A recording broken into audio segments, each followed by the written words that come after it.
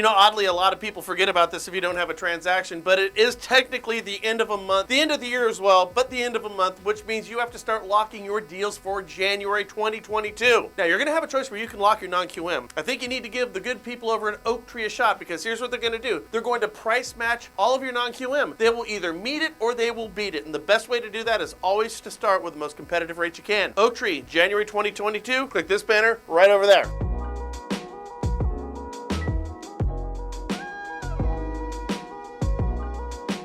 Well, we've almost made it to a new year. Almost. I mean, doesn't the mad dash to the 2021 finish line feel a little frantic right about now? I mean, certainly nothing that I'm watching on the news right now over the holidays is helping this whole idea out. Hell, I've got 3 women at my house right now over the age of 70, and I'm still trying to find a way to get them home, which means there's a good chance me and the sisters are just going to do New Year's together. But you know, as Shakespeare wrote, all's well that ends well. And I really think that's the case for 2021. Now, sure, we still have COVID, but this latest version of COVID isn't supposed to really be that bad. Refis have dropped off, but cash out refinances have actually picked up. Real estate is wildly hot right now, but with limited inventory. Now, we have 3 new directors of 3 new agencies that affect housing, and I think it's a pretty good thing. And oh yeah, and Zillow did a pretty great job of the crash and burn, and overall our production in this industry was one of the best years we've had on the books. So yeah, I say at the end of this, we'll take 2021. But here's the good news. 2022 is going to see loan officers really working, intelligently working, for the refis that are on the table. They're going to have to look at different angles. The refinances are going to be there, but unlike years past,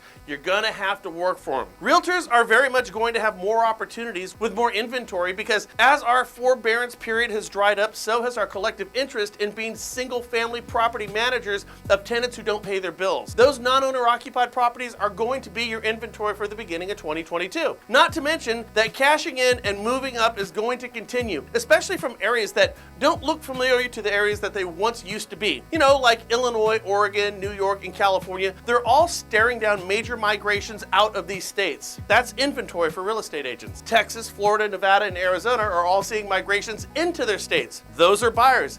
And this is all great for our 2022 outlook. But this might be the best news of all for lenders and real estate agents. FSBOs right now are at a 40-year low. It turns out that 2 insane years, a little COVID, and probably some iBuying companies have homeowners rethinking how they're going to sell their houses. Now, as I told you, lenders are going to have to really bust their butts to maintain the flow of refinances that are in fact still on the table. Real estate agents must also alike up their marketing budget, their marketing acumen, and when you get the attention of a potential seller, you better be on point. Now, if you can pull all of that off, you're probably going to kill it in 2022. If not, you still have time to work on it. We still have a couple of days left before we make that New Year's resolution. And finally, this year has seen a lot of changes in my business. Frank is transitioning to a new role with a new company. Some of our partners have also changed, and those that occupy this very office are, well, in some cases new. And I can tell you with absolute certainty that all the changes that have been made and that are being made is for the better. And it's the better for everybody.